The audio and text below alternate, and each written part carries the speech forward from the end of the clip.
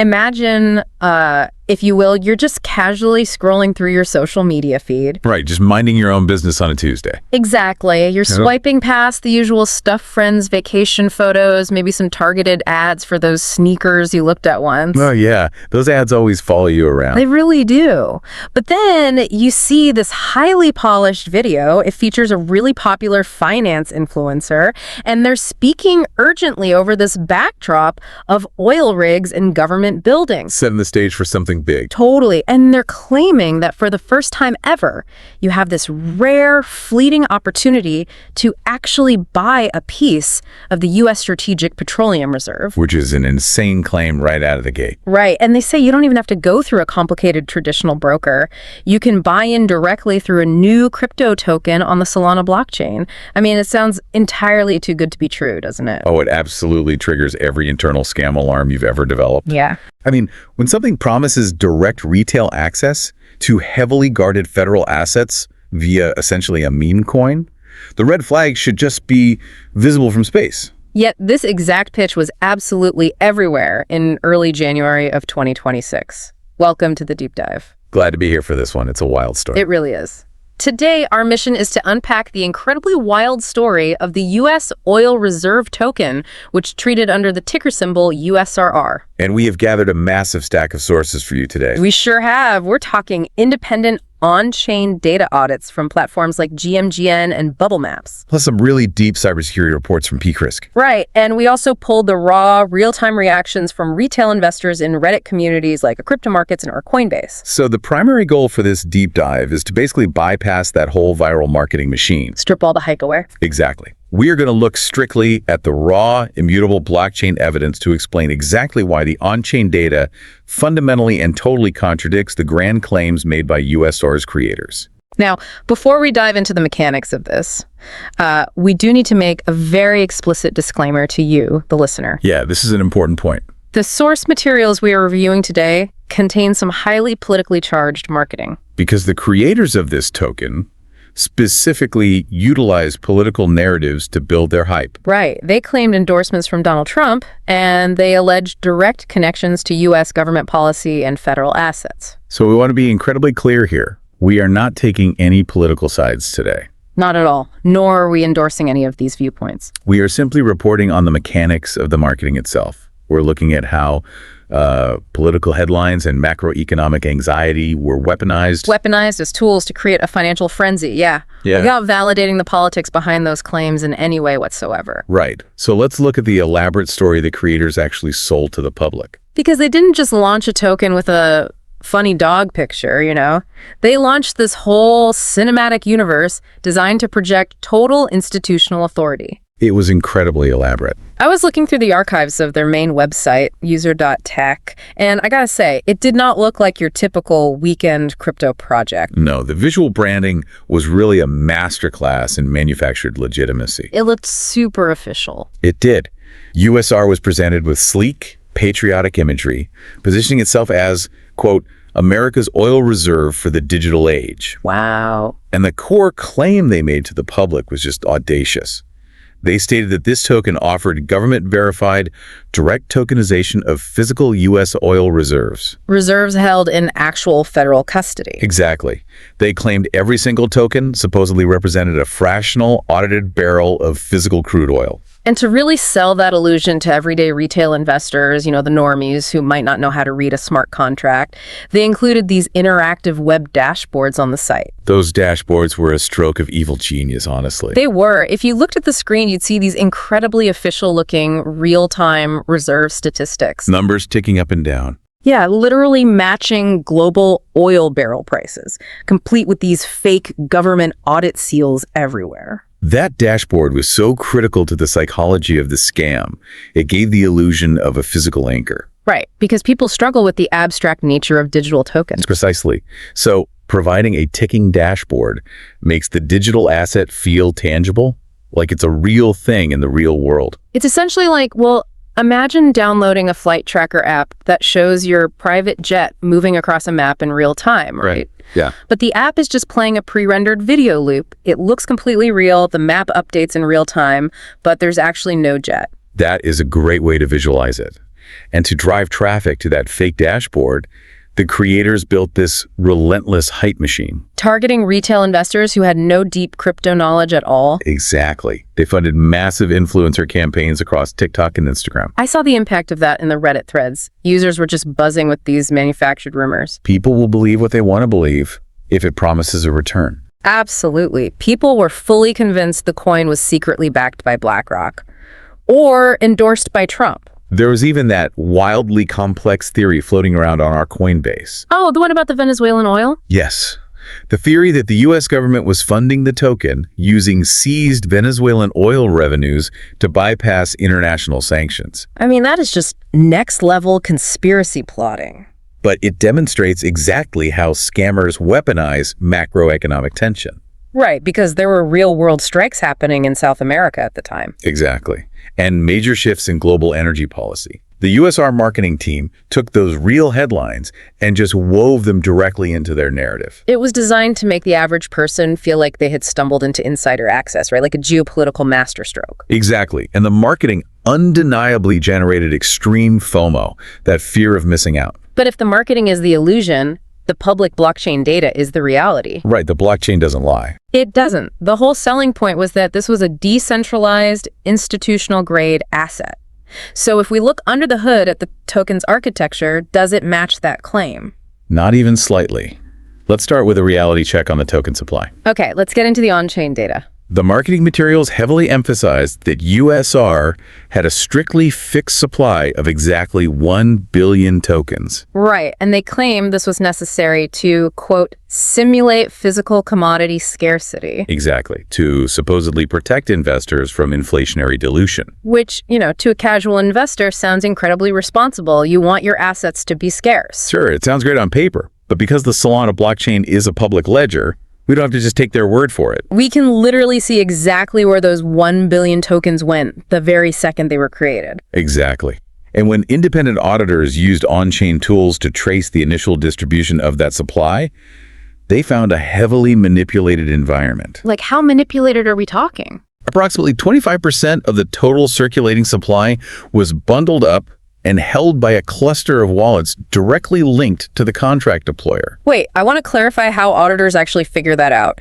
Because a crypto wallet doesn't have a name attached to it. Right, it's pseudonymous. It's just a random string of letters and numbers. So if I have, say, 20 different wallets, they all look completely anonymous and unrelated to each other. On the surface, yes. So how can auditors definitively prove that 25% of the supply was held by the exact same person or entity? Well, that brings us to how on-chain forensic tools like bubble maps actually work. I love bubble maps. It's a great tool. Bubble maps visually maps out the transaction history and the funding sources between wallets. Okay. Creating a wallet is totally free, but executing a transaction on the blockchain requires a tiny fee, which is called gas. Right, you need a little bit of Solana to pay for the network fee. Exactly. Auditors looked at the blockchain and saw that dozens of these USR wallets all received their initial gas funding from the exact same central origin address. Oh, wow. And they received it at the exact same time. So it's basically like a parent handing out $20 bills to 50 different kids so they can all go buy something at the exact same store. That's a perfect analogy. Even though it looks like 50 different kids, the money is all coming from one single wallet. And that proves coordination. This wasn't a decentralized organic community of independent investors. No, it was a tightly controlled cartel. A cartel holding a massive chunk of the supply from day one. And the mechanics of how they acquired that supply at launch is even more alarming. What did the auditors find there? They uncovered dozens of automated sniper wallets that were all linked to this central entity. Okay, let's explain sniper wallets to the listener, because the concept is honestly mind-blowing. It really is. So a liquidity pool is essentially a giant digital pot of money where the token is first made available to trade, right? Correct. You put the new tokens in one side and people put their Solana or cash in the other side to buy them. Right. And from my understanding, a sniper wallet is basically a bot programmed to buy a token the absolute microsecond it hits that liquidity pool. Exactly. They don't use a web browser or a trading app like a human does. Right. They bypass the user interface entirely. Their bots interact directly with the blockchain's core infrastructure. They're programmed to monitor the network's pending transactions. So they see it coming before it even happens. Yes.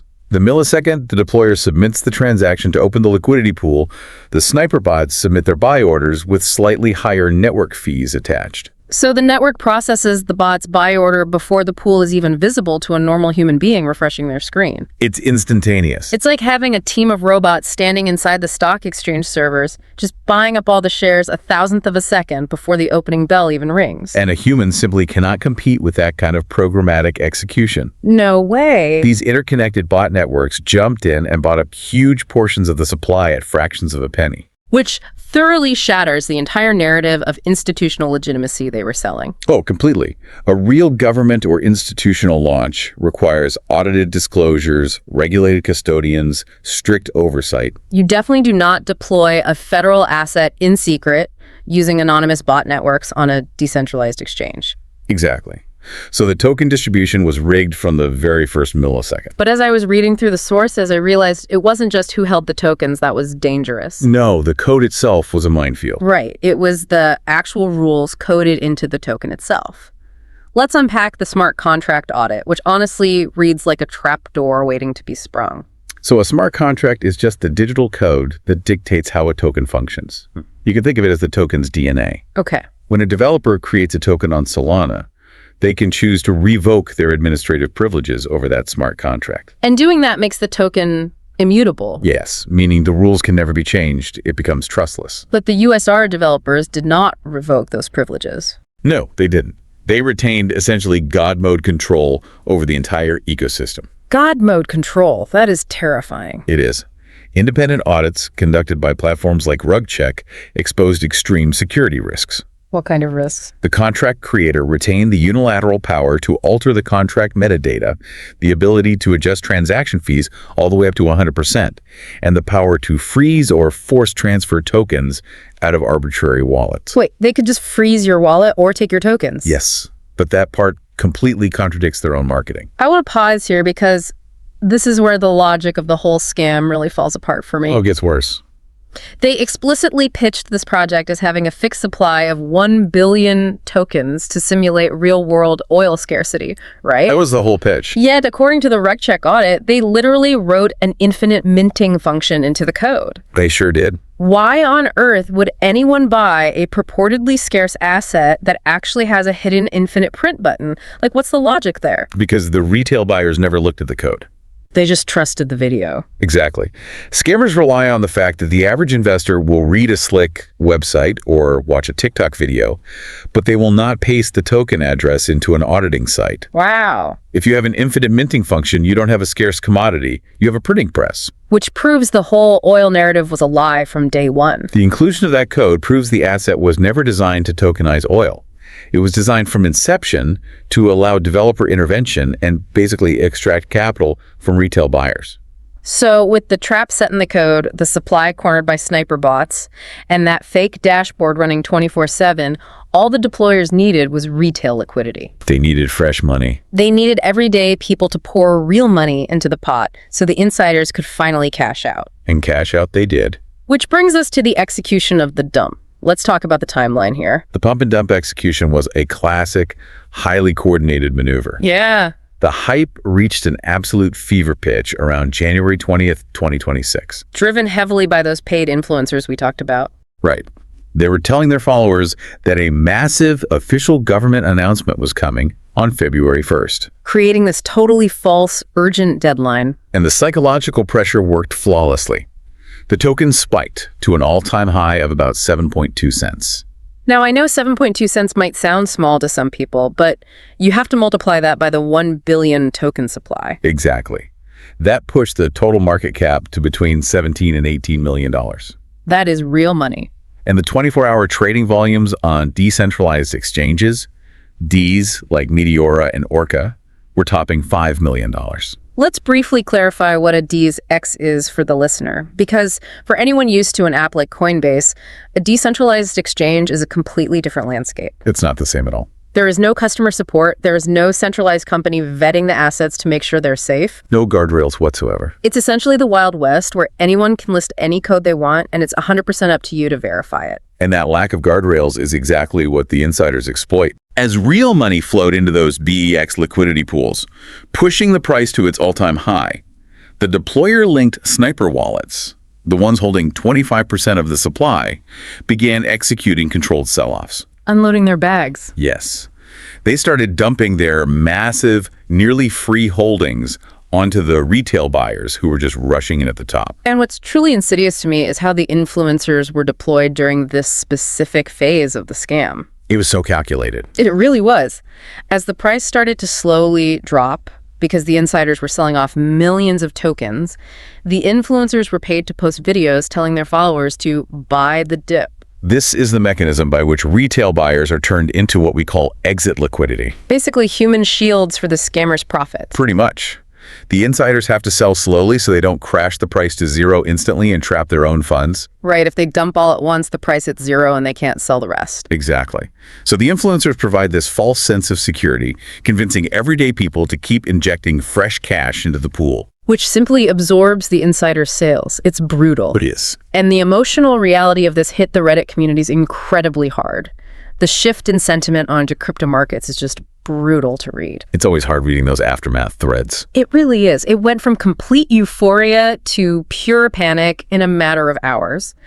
I read a story from one user who actually put their entire semester's tuition into USOR. Oh man, that is heartbreaking. They watched it grow by 10x in 5 days, practically begging other people in the thread to buy in. But when the dump started, they couldn't get their money out fast enough. The liquidity just vanishes. Right. The market cap collapsed from $24 million down to $6 million in just 24 hours. And the bleed didn't stop there. By August 1st, 2026, the price had crashed to roughly 0.000356. Just decimal dust. It is. That is a staggering decline of over 99.5% from its peak. The trading volume totally evaporated, leaving retail investors holding completely worthless tokens. For me, this thoroughly proves that virality is not validation. Just because a narrative is trending online, just because your favorite fitness influencer is suddenly talking about a geopolitical oil coin, doesn't mean the asset is compliant. Or safe. It doesn't even mean the asset is real. Reach does not equal credibility, especially in decentralized finance. It's absolutely not. But the collapse of the token price wasn't even the end of the danger here. Right. There were secondary scams. Yes. The sheer volume of hype surrounding USR acted like a beacon, attracting external cybercriminals to prey on the chaos. I was reading the PCRISC cybersecurity reports in our sources, and it just blew my mind that entirely separate groups of bad actors saw the USR speculation trending and realized they could exploit the confusion. They saw an opportunity and jumped on it. So how did they actually weaponize the hype to distribute malicious software? Well, they launched fraudulent U.S. oil airdrop campaigns. Okay. Now, an airdrop is traditionally a legitimate marketing tactic where crypto projects distribute free tokens to early users, right? Usually, yes. But scammers weaponized that expectation of free money. They registered spoofed web domains that looked almost visually identical to the original fake USOR site. Right. The sources listed domains like gooseroil.lat and usorofsolana.tech. They used hijacked social media profiles and deceptive pop-ups to drive traffic there. And the pitch was simple, right? Like, connect your wallet now to claim your free USRR tokens before the big February announcement. Exactly. But here is the really dangerous part. Okay, because this is what I don't understand. I always thought you had to explicitly authorize a transfer for every single coin leaving your wallet. You would think so, but no. So how does simply connecting a non-custodial wallet like Phantom or Solflare actually trigger a drainer script? It exploits how token approvals work on the blockchain. Okay, explain that. When a user clicked connect or claim on these fake sites, the malicious smart contract didn't just ask for a simple login signature. What did it ask for? Instead, the script presented a transaction approval request that was intentionally disguised. Disguised how, exactly? Yeah. Well, the interface might make it look like you were just clicking a button to verify you were human. Right. Or paying a tiny gas fee. Right. But the underlying code you are actually signing says, grant this smart contract unlimited permission to spend and withdraw all the SOL, USDC, and NFTs in this wallet. Oh, wow. So they hide the actual permission request. Yes. These sophisticated drainer scripts bypass standard warning interfaces by completely obscuring the true nature of the contract you're interacting with. That is terrifying. The millisecond the user clicks confirm, thinking they're receiving a free airdrop, the script instantly calculates the total value of their wallet and transfers everything to the attacker's address. So your entire portfolio is just wiped out in a single keystroke. Gone in a flash. And it's irreversible, right? Entirely irreversible. The blockchain doesn't have a refund button. Wow. This mirrors identical social engineering models we saw in other massive Solana-based drainer schemes. Like the Memcoin Mania and PangoJack scams? Exactly. It highlights an absolute unbreakable rule of crypto security. Never, under any circumstances, connect your primary wallet to an unverified third-party promotional platform. Just don't do it. The cybercriminals are relying on the exact same emotion the token creators relied on, which is FOMO. The fear of missing out on a windfall makes people click past the security warnings? Exactly. When you rush, you lose. The entire USR saga is really a masterclass in how macroeconomic headlines can be hijacked and weaponized. It truly is. So let's bring all of these threads together for the listener. When we strip away all the slick marketing, the reality is stark. USR was never a U.S. energy asset. It had zero ties to the Strategic Petroleum Reserve. Zero federal backing and zero institutional support. The on-chain evidence is the ultimate lie detector here. The data proves it was a highly centralized, manipulatable token. Absolutely. You look at the extreme supply concentration held by the deployer, the millisecond-fast sniper bot coordination at launch, and that deeply flawed smart contract that quite literally allowed infinite minting. It was a setup from the start. All of it points to a classic wealth extraction mechanism wrapped in a deceptive, patriotic narrative. The architecture of the code itself proves the intent was never to build a lasting commodity. It was to build a trap for retail liquidity. Which brings us to the most important question for you, the listener. Why should you care about a failed, fraudulent meme coin from early 2026? It's a fair question. You should care because the cryptocurrency ecosystem acts as a highly reactive transmission mechanism for real-world news. That's a really good way to put it. Whether the global conversation is focused on energy policy, breakthroughs in artificial intelligence, or highly contested elections. Bad actors will always package the day's most emotional headlines into a speculative token. Always. The playbook doesn't change, only the wrapper does. That's why knowing how to verify things yourself is so vital. Knowing that tools like bubble maps exist to expose hidden wallet clusters, you know. Or knowing you can paste an address into RugCheck to read the contract's actual permissions. Exactly. That is your best and really your only defense against these narrative-driven traps. Virality is incredibly cheap to manufacture, but the blockchain ledger does not lie. And the best part is, the tools to verify these claims are entirely free and available to the public. You just have to use them. Right. It just requires fighting human nature for a moment.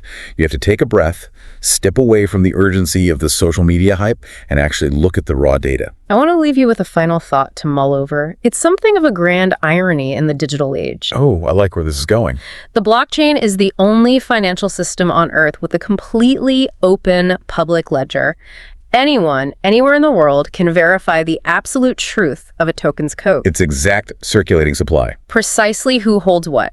The answers to every single question are right there in the math. But we still don't look. We don't. Yeah. Despite having unprecedented access to total transparency, we still overwhelmingly choose to rely on a 15-second video from a social media influencer to tell us what an asset actually does. It's true.